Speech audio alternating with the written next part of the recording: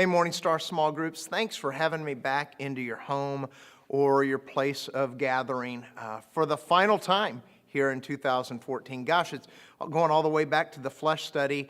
We've been at this about 9 weeks now, and it's hard to believe that we're here at the fourth and final week of the Genius of Generosity as we've been doing our Turn the Page message series. I hope it's been a blessing for you, and I hope that as we kind of go over these points, they'll have been drilled in your head enough by now that you can almost finish the sentence with me. That we began week one and kind of putting a new lens on God, seeing God as not someone who just wants something from us, but someone who wants something, that's right, for us. Week two, Pastor Keith taught us about turning the page from scarcity to abundance, from fear to, that's right, faith. Last week, we talked about getting in the game and as stewards, and that we not only had to learn that we could trust God, but even more importantly, hey, what about us? God's proven His faithfulness. Can God trust us to be stewards of all the things that He's blessed us with? And this past week, we talked about turning the page from serving God our leftovers to our first fruits. For not just kind of putting our budget together and then figuring out what we have kind of left over and then, well, I'll give God a portion of what's left over, but I'm going to turn the page and begin to give God from the best, from the first fruits. This first fruits idea actually began way back in the Old Testament before, money got to be like paper and coins, while giving was something that was done with your crops or your flock, your livestock. The first fruits represented the first portion of the harvest. It wasn't what had been laying around. It's not giving from your stockpile of leftovers, but it's giving right off the top when you first get it in. It's not what's rotted, it's your best part. It's not the lamb that has a spot or a blemish or is lame or blind. It's that unblemished, spotless, just perfect lamb. That's what God asks us to bring to Him. Why? Does God need that? Does that make any difference to God, really? No.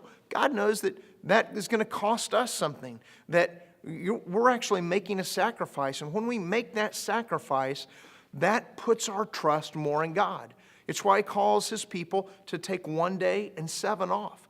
The Sabbath is a tithe of sorts of our time. In fact, taking 1 day and 7 off is actually like about 14.5% of our weekly time. That was 168 hours. God calls us to bring a tithe, the first fruits of every part of our life, to Him, including our money. We talked about the prophet Malachi, and in Malachi's day, the people had kind of gotten so used to God's blessings that they stopped returning the first fruits. They stopped returning the tithe to God, and God said, you know what? Hey, time out. I'm going to stop just blessing you guys. And when the blessing stopped, they started crying out, and God said, here's the deal. I'm not going to turn the blessing back on until you prove yourself faithful stewards with all that I've put in your hand.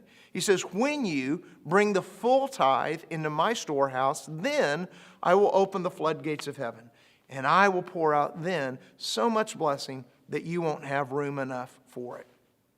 Hey, as you begin your small group tonight, what I'd like for you to talk about is which area in your life is it maybe a bigger struggle for you to give God that first fruit, that best and first part? Is it your time?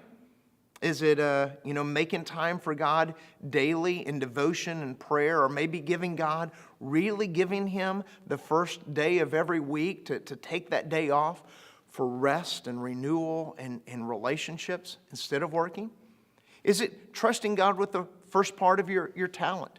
That you're going to give God, your skills or abilities, that some way that He's wired you up, some gift that He's given, you're going to offer in return to serve Him as building up His kingdom? Or is it your treasure? Is it trusting God with the first fruits of your income? Is it something that scarcity still has a grip on you, where you have to make sure that every one of your bills are paid, and then if there's anything left over, then you'll give God a little bit? What would it mean to turn that around and put God at the top, the first place in our budget, First place in terms of we're going to give him our best time when we're awake and most fully attentive, that we're going to give God the best part of our talent to build his kingdom on earth as it is in heaven. Talk about that for a few minutes, about which area causes you the most struggle and why. And then enjoy this last lesson in Chip Ingram's book, his study, The Genius of Generosity.